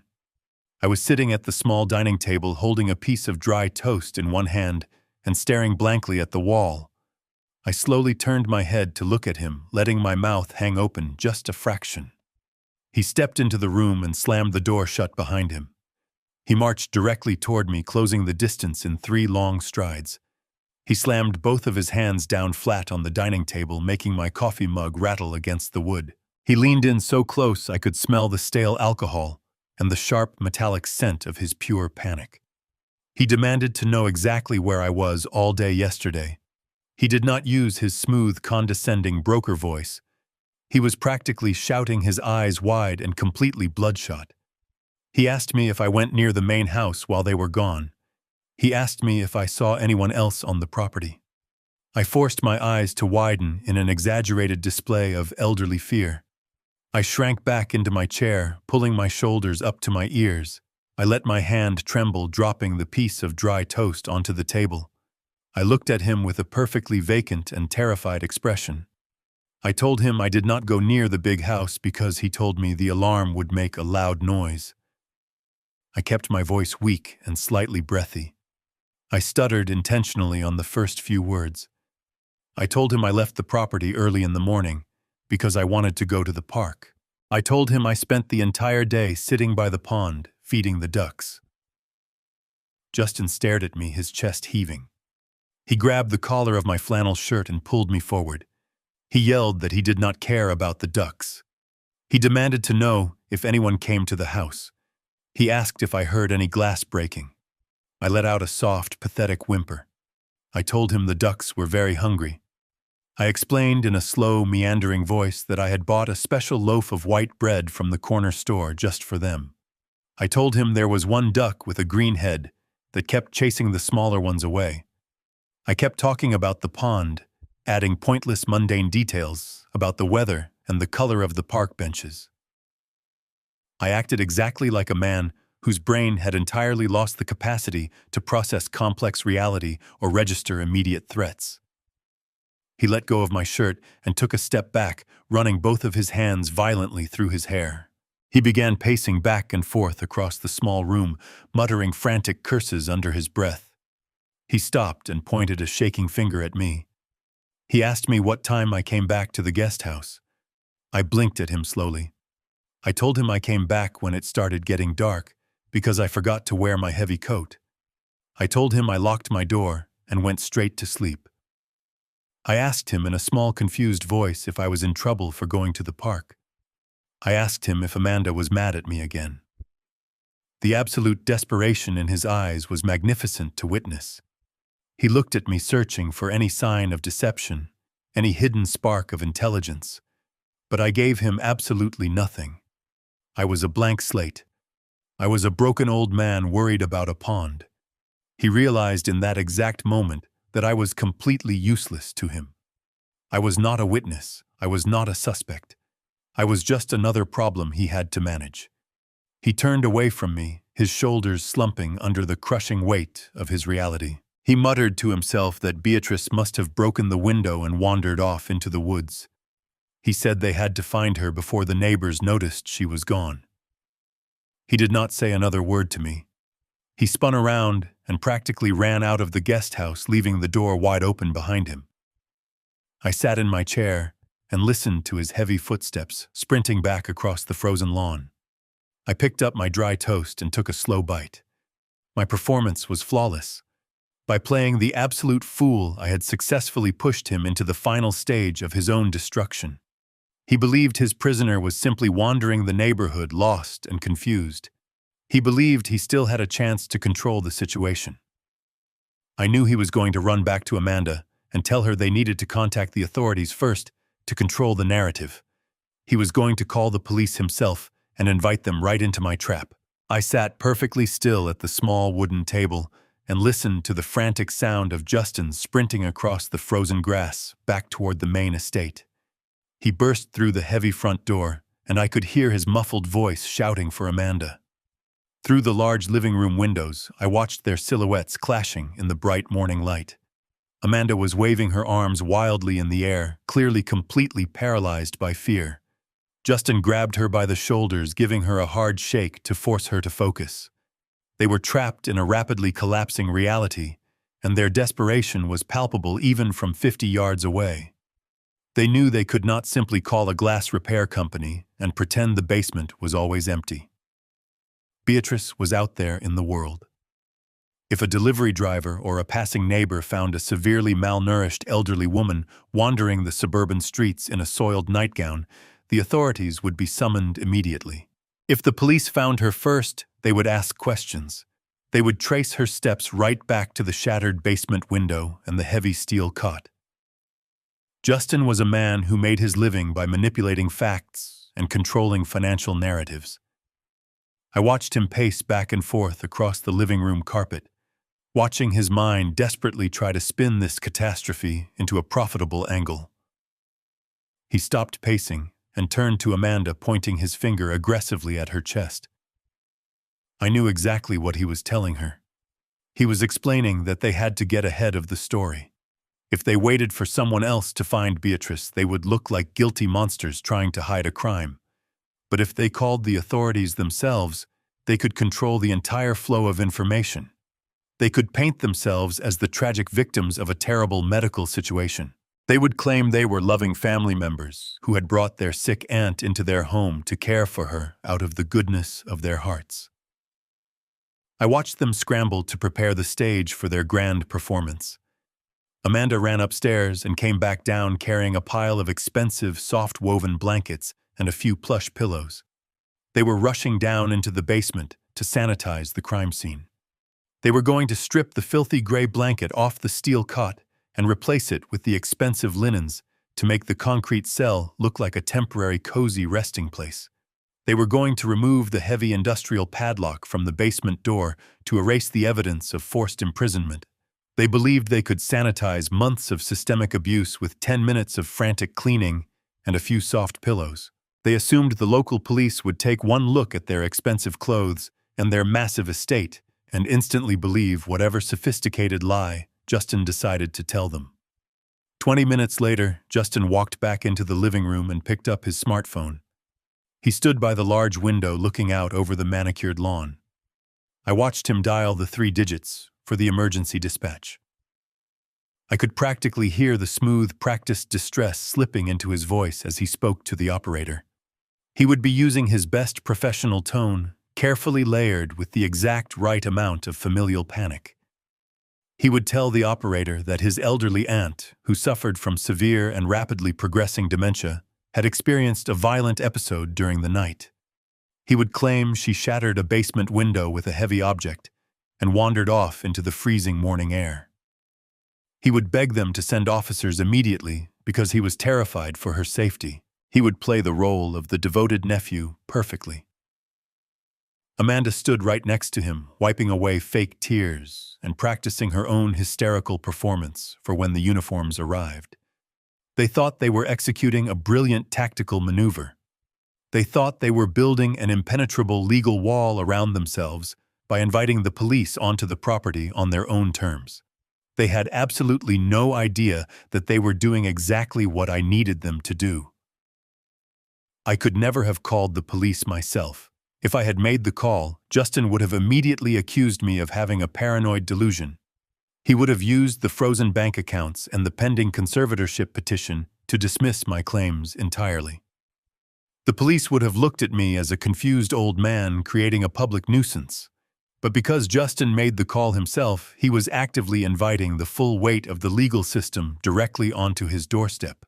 He was bringing the very people I needed right to my front yard. I stood up from the dining table and walked into the bedroom. Sylvia was sitting next to the bed, monitoring the slow, steady drip of the intravenous fluids.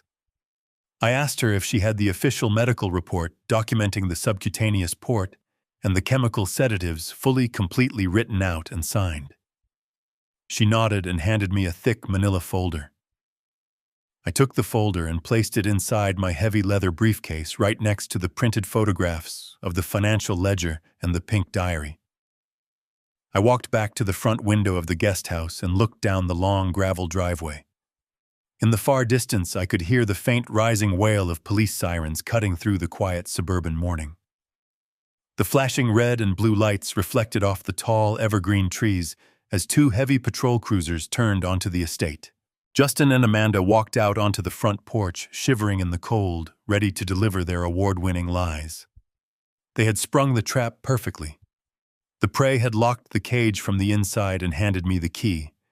I picked up my briefcase and stepped out of the guest house. It was time to introduce them to reality. The heavy tires of the 2 police cruisers crunched loudly against the gravel of my long driveway. The flashing red and blue lights cast harsh, sweeping shadows across the frost-covered lawn. I stopped walking and stood perfectly still near the edge of the paved walkway, holding my heavy leather briefcase tightly in my right hand. I wanted to give Justin the space to perform. I wanted to watch him build his own gallows before I pulled the lever. 2 officers stepped out of the lead vehicle. They were young, fit, and wearing heavy, dark winter uniforms. Before they could even close their car doors, Justin was already sprinting down the front porch steps. His performance was absolutely masterful.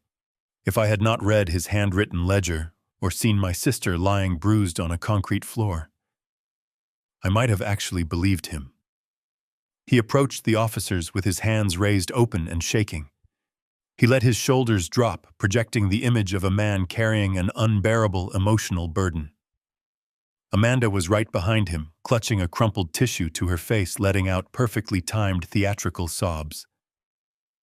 Justin introduced himself to the lead officer with a voice that cracked perfectly on the second syllable of his name.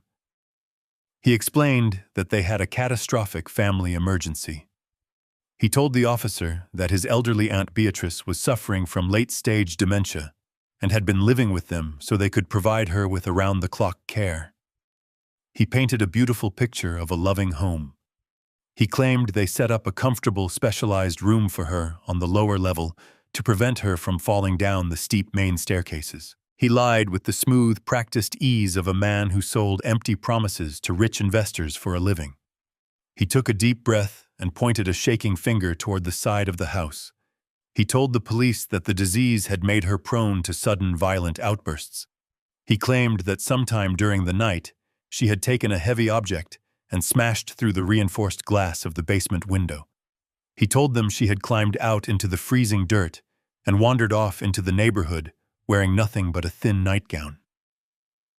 Amanda stepped forward and grabbed the sleeve of the younger officer, weeping that Beatrice was going to freeze to death if they did not find her immediately. The officers immediately shifted into high alert. They reached for their radios to call in a neighborhood sweep and request a search helicopter. But Justin was not finished. He knew I was standing only a few yards away, and he knew he had to completely neutralize me before I opened my mouth. He needed to ensure that any accusation I made would be instantly dismissed as a symptom of mental illness. He gently touched the arm of the lead officer and turned to look directly at me, his face contorted into an expression of profound, tragic pity. He lowered his voice to a compassionate whisper, but he spoke just loud enough for me to hear every single word. He told the officer that his aunt was not the only tragedy their family was dealing with this week. He pointed his finger at me and let out a heavy sigh. He explained that I was his father-in-law and that I was currently in the middle of a severe cognitive collapse. He told the police that my mind was rapidly deteriorating and I had spent the last month suffering from intense paranoid delusions. To seal his brilliant lie, Justin reached into the inner pocket of his jacket and pulled out a thick, folded stack of documents. He handed them directly to the lead officer. He explained that the papers were an emergency court petition for a medical conservatorship and a federal bank freeze on all my accounts. He told the officer that a judge and a psychiatric professional had already reviewed my case and determined I was legally incompetent and a danger to myself. He leaned in closer to the officer and delivered his final devastating warning. He said I had been wandering the property having hallucinations about conspiracies and financial theft. He explicitly warned the police that I might try to tell them wild, fabricated stories about my family. He asked the officers to please ignore anything the crazy old man said and to please focus all their resources on finding his poor, wandering aunt. Justin looked back at me and offered a small, sad smile. He thought he had completely won. He thought he had built an impenetrable fortress of legal documents and police sympathy. He had no idea that I was holding a sledgehammer. The lead officer turned away from Justin and looked directly at me. His expression was full of the exact same patronizing pity I had seen on the face of the bank manager. He took a slow step toward me, holding his hands up in a gentle, calming gesture as if he were approaching a frightened animal. He spoke in a soft, soothing voice, asking me if I knew my own name and if I remembered what happened to my sister during the night. Justin stood behind the officer, safely out of his line of sight, and offered me a small, triumphant smirk. He was absolutely certain that any word out of my mouth would sound like the rambling nonsense of a broken mind. He was waiting for me to start talking about the ducks at the park again. I did not talk about the ducks. I took a deep breath of the freezing morning air and let it out slowly. I let the slumped curve of my shoulders vanish entirely. I straightened my spine, standing up to my full height. The intentional trembling in my hands stopped completely. When I finally spoke, I did not use the weak, raspy whisper I had used in the guest house. I used the deep, resonant voice of a structural engineer who had spent 40 years giving orders over the deafening roar of heavy construction machinery. I looked the officer dead in the eyes and stated my name with absolute, unwavering clarity. I told him I was perfectly aware of where my sister was, and I told him exactly why she was not in the house. The smirk on the face of my son-in-law vanished instantly. His jaw went slack, and the blood drained completely from his face, leaving his skin the color of dirty chalk. Amanda gasped aloud, taking a sudden, terrified step backward. The lead officer stopped walking. The sudden shift in my demeanor was so drastic and so immediate that it completely shattered the narrative Justin had just spent 10 minutes building. The officer looked at the fraudulent conservatorship papers in his hand, and then he looked back at me, his brow furrowing in deep confusion. I walked forward with steady, purposeful steps. I did not stagger. I did not hesitate. I closed the distance between us and stopped right in front of the two patrolmen. I told the lead officer that the man standing behind him was an incredible liar, but his lies were completely undocumented. I raised my heavy leather briefcase and rested it on the flat hood of their police cruiser. I popped the brass latches open. I reached inside and pulled out the thick manila folder I had assembled with my doctor and my attorney. I handed it directly to the lead officer. I told him he was not looking for a wandering dementia patient. I told him he was standing on the scene of a premeditated kidnapping, severe elder abuse, and massive federal wire fraud. The officer opened the folder. The first document he saw was the signed medical evaluation from Sylvia. I explained in a calm, clinical tone that my sister had not broken a window and wandered off. I told him I had personally broken that window to rescue her from a concrete cell where my daughter and her husband had kept her locked away for 6 months. I told the officer to read the medical report. I explained that it detailed the discovery of a professionally installed subcutaneous port in her arm, used to regularly inject her with heavy chemical sedatives to keep her quiet. The younger officer placed his hand firmly on his heavy utility belt, his eyes shifting sharply toward Justin, who was now visibly shaking. The lead officer flipped to the next page. I told him he was now looking at high-resolution photographs of a hidden financial ledger. I explained that Justin was a senior investment broker who was millions of dollars in debt from failing commercial real estate ventures. I told the police that Justin had stolen the $300,000 meant for my sister, and he was using the fraudulent conservatorship petition to legally erase me so he could liquidate my entire estate to cover his illegal tracks. I watched the eyes of the officer scan the printed photographs of the pink leather diary. I did not raise my voice, but the cold anger in my words cut through the morning air like a knife. I told the police that the diary belonged to my daughter, Amanda. I explained that it detailed the exact dosage of the drugs they used to torture my sister. I told them the final pages outlined their premeditated plan to lock me in that exact same basement once the judge signed the court order tomorrow morning. The absolute silence that fell over the driveway was deafening. The officers were no longer looking at a tragic family misunderstanding. They were looking at a pair of desperate, cornered predators. The lead officer slowly closed the manila folder. The look of pity in his eyes was completely gone, replaced by the hard, calculated glare of a man who realized he had almost been manipulated into aiding a terrible crime. He looked past me, fixing his gaze directly on Justin.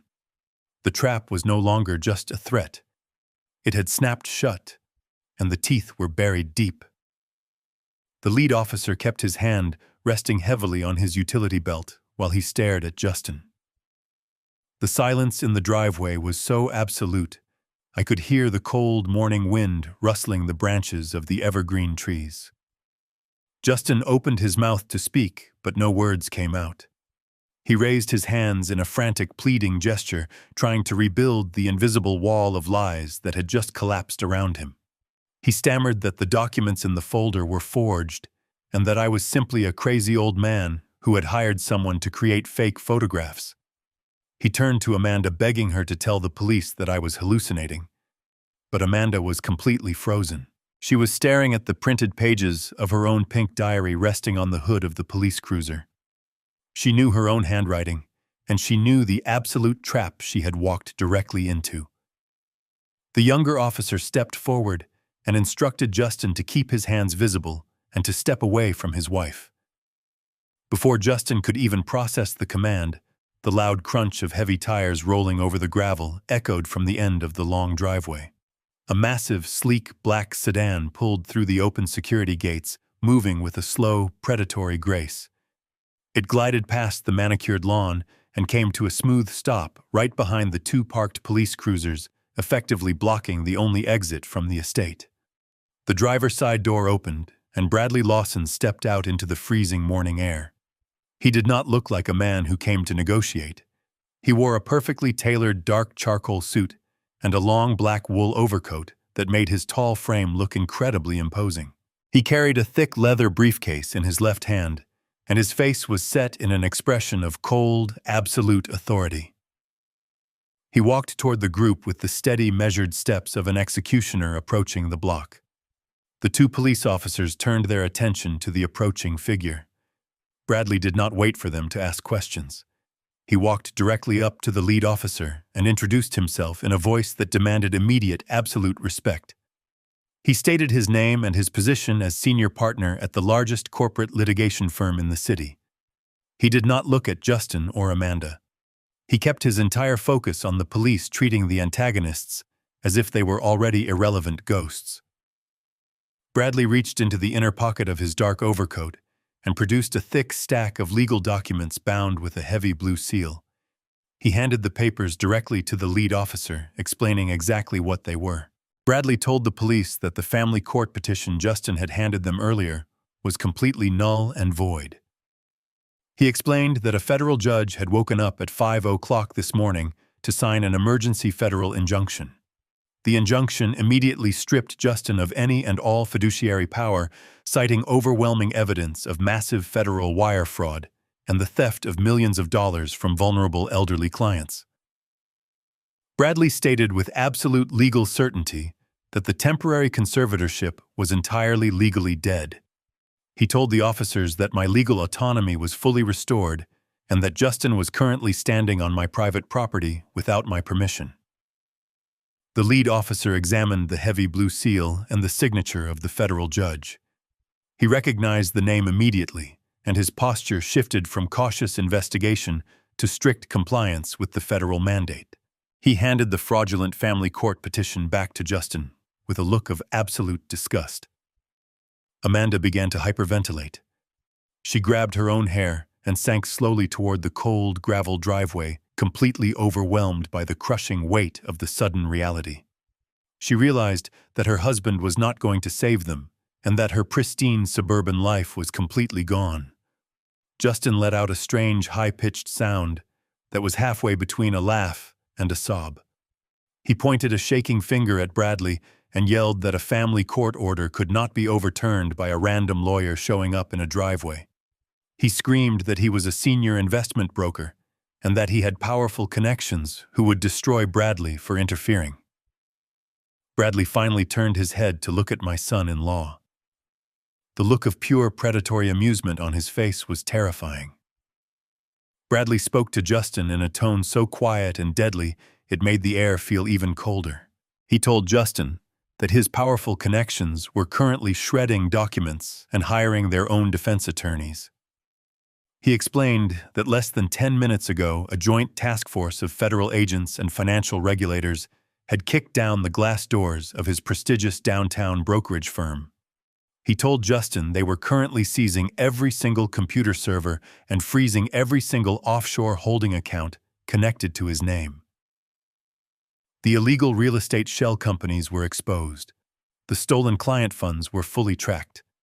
The meticulous physical ledger sitting safely in my possession had provided the federal government with a perfect map of his entire criminal enterprise. Bradley took a step closer to Justin, forcing the younger man to shrink back against the side of the police cruiser. He told him the game was completely over. There would be no competency hearing on Thursday morning. There would be no liquidation of my family estate. The only court date Justin had left to worry about was a federal arraignment for grand larceny, elder abuse, and systemic financial fraud. The legal shield Justin had spent weeks carefully constructing had been entirely obliterated in less than 60 seconds. He was no longer a wealthy corporate executive holding the keys to my life. He was a cornered criminal standing in my driveway, waiting for the handcuffs to click. The absolute finality of the words spoken by Bradley Lawson finally broke the remaining fragile fragments of Justin. He stood trapped between the crushing reality of the federal injunction and the cold, angry stare of the local police. His entire life of luxury and his unearned superiority was vanishing right before his eyes. The realization hit him that he was not going back to his corner office or his expensive ski vacations. He was going to a concrete cell. Pure, primitive panic completely overrode his logic and his professional composure. Justin let out a raw, desperate yell. He dropped his expensive leather bag and shoved his shoulder hard into the chest of the younger police officer. The sudden, violent movement caught the officer completely off guard, causing him to stumble backward onto the frosty grass. Justin did not look back at Amanda. He abandoned his wife instantly and sprinted across the driveway toward his imported sports car. His custom leather shoes slipped frantically on the loose gravel, but he managed to yank the driver's side door open and throw himself behind the wheel. The heavy engine roared to life with an aggressive mechanical scream. He threw the transmission into gear and slammed his foot down on the accelerator pedal. The rear tires spun wildly, kicking up a massive cloud of loose dirt and sharp rocks before finally catching traction. He was acting on pure, unadulterated adrenaline, convinced that if he could just get his vehicle off the estate, he could somehow outrun the local police and the entire federal government. He accelerated down the long, winding driveway, gripping the steering wheel with white knuckles. But his desperate escape lasted exactly 4 seconds. As his vehicle rounded the final curve toward the main road, a massive wall of green metal rolled directly into his path. It was Leo Hodges. The landscaper had been quietly watching the entire confrontation unfold from the perimeter of the property. He did not yell and he did not panic. He simply drove his massive commercial riding mower out from behind the tall evergreen trees and parked it horizontally across the narrow stone entryway gates. The mower weighed over 2,000 pounds and was built like a small tank. Leo sat calmly on the heavy vinyl seat wearing his thick work gloves and a faded baseball cap. He reached down and smoothly turned the ignition key, pulling it completely out of the machine. Justin slammed on his brakes with both feet. The heavy sports car skidded violently across the gravel, stopping mere inches away from the thick steel cutting deck of the mower. Justin leaned on his horn, screaming through the thick windshield for the landscaper to move out of the way. Leo did not flinch. He simply crossed his arms over his chest and stared down at the desperate man trapped in the expensive car. He knew exactly what had been hidden in that basement, and he was not going to let the monster simply drive away. The 2 police officers recovered instantly from the sudden shove and sprinted down the driveway after the idling sports car. They did not treat Justin like a wealthy suburban homeowner anymore. They treated him like a fleeing violent felon. The younger officer drew his service weapon, while the lead officer ripped the driver's side door open. He grabbed Justin by the collar of his expensive silk shirt and hauled him violently out of the leather seat. Justin thrashed and screamed, threatening to sue them all, but his soft hands were completely useless against the trained physical force of the patrolman. They spun him around and slammed his chest hard against the hood of his own vehicle. The sharp, metallic click of the heavy steel handcuffs locking around his wrists echoed clearly across the freezing morning air. His arrogant threats dissolved into pathetic, breathless sobbing as they dragged him toward the back of the police cruiser. Amanda had watched the entire chaotic sequence from the front porch. She realized her husband was gone and her wealth was completely seized. She had absolutely no one left to protect her from the consequences of her own cruelty. She ran across the frozen lawn and threw herself onto the gravel directly at my feet. She wrapped her arms around my knees, weeping hysterically. She begged me for mercy. She cried that she was so incredibly sorry, and that Justin had manipulated her into doing those terrible things to Beatrice. She begged me to call my powerful lawyer and stop the police from taking her away. She swore that she always loved me and that she never wanted to hurt our family. I looked down at the woman weeping in the dirt. I felt absolutely nothing. There was no anger, and there was no pity. The heavy silence stretched between us until her fake apologies slowly faded away. I spoke in a quiet, steady voice that forced her to look up at me. I told her I had read the pink leather diary hidden inside the home office.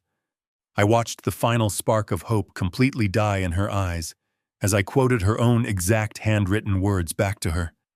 I told her I knew exactly how annoying she found the chemical sedatives because Beatrice thrashed around and bruised her arms.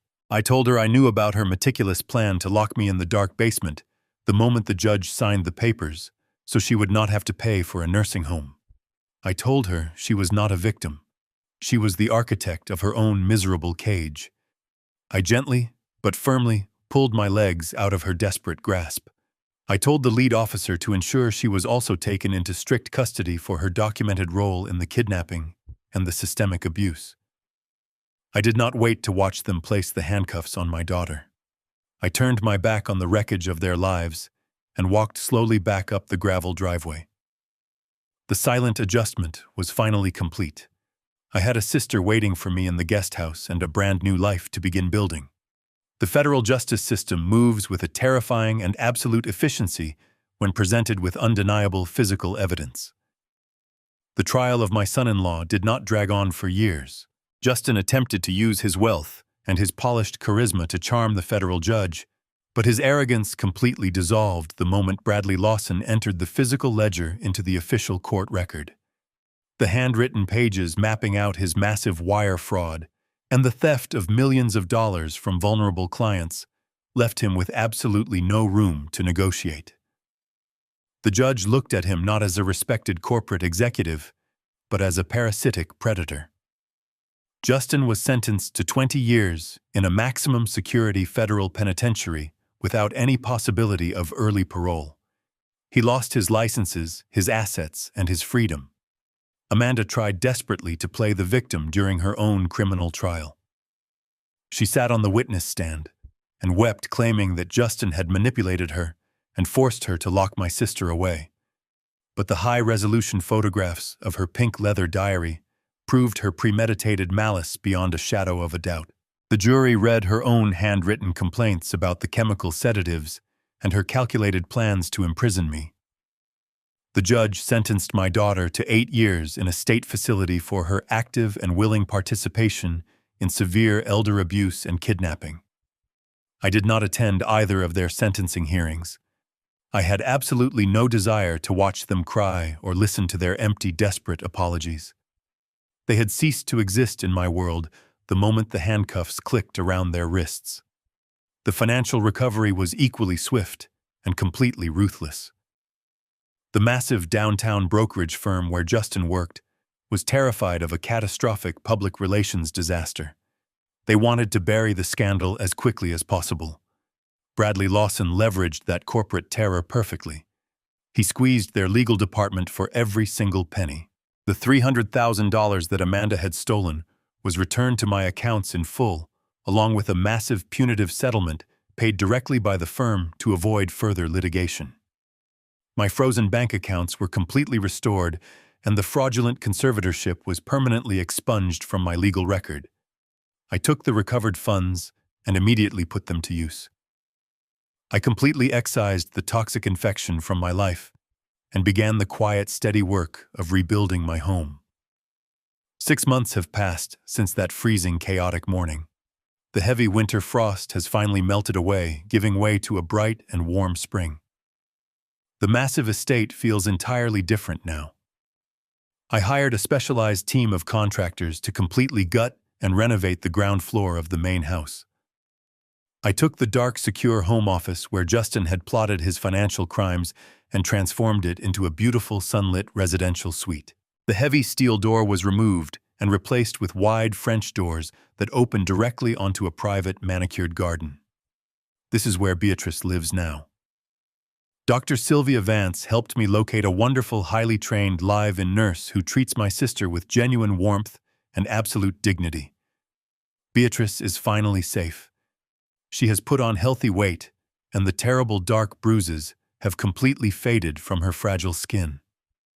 Her memory is still slipping away, but the absolute terror has completely vanished from her eyes. She spends her afternoons sitting in the warm sunlight, watching the birds gather near the garden fountain.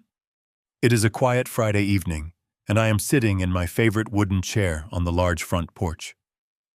The sound of a heavy truck engine echoes down the long gravel driveway.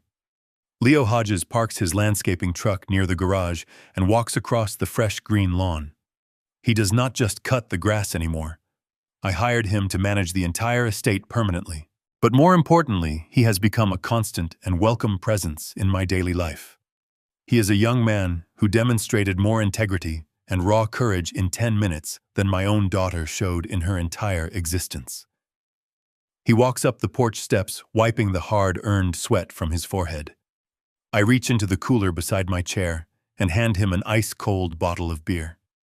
He takes it with a nod of gratitude and sits down in the chair next to mine. We sit together in a comfortable, easy silence, watching the sun begin to set over the tree line. It is the kind of quiet peace that only exists between men who understand the true heavy weight of loyalty. I look out over the sprawling property I built with my own 2 hands. For decades, I truly believed that family was an unbreakable iron bond, forged entirely by biology. I thought that being a good father meant enduring any amount of disrespect or cruelty just to keep the bloodline connected. I was completely wrong. Blood only dictates the random circumstances of your birth. It does not guarantee love, and it certainly does not guarantee loyalty. True family is defined entirely by mutual respect, genuine care, and a love that never turns into manipulation. I had to completely tear down the rotten structure of my old life to protect the people who actually mattered. The roots of my family tree were diseased, so I cut them away without a single ounce of mercy. Now the poisoned soil is finally clear, and the remaining branches can truly thrive in the light. Thank you for listening to my story today. If you have ever had to walk away from toxic people to protect your own peace, please let me know in the comments below. Hit the like button and subscribe for more stories about finding the courage to demand the respect you deserve. The greatest lesson I learned from this nightmare is that blood only dictates the random circumstances of your birth. It does not guarantee loyalty, and it certainly does not guarantee love. For decades, I believed that being a good father meant enduring disrespect to keep the family connected. But true family is defined entirely by mutual respect and genuine care. When you realize the people you trust most are using your love as a weapon against you, you must have the absolute courage to walk away. You cannot heal a diseased tree by watering the dead branches. You have to cut them off to let the healthy ones survive. If you have ever had to make the difficult choice to cut toxic family members out of your life to protect your own peace, let me know your story in the comments below and subscribe for more stories of surviving the unimaginable.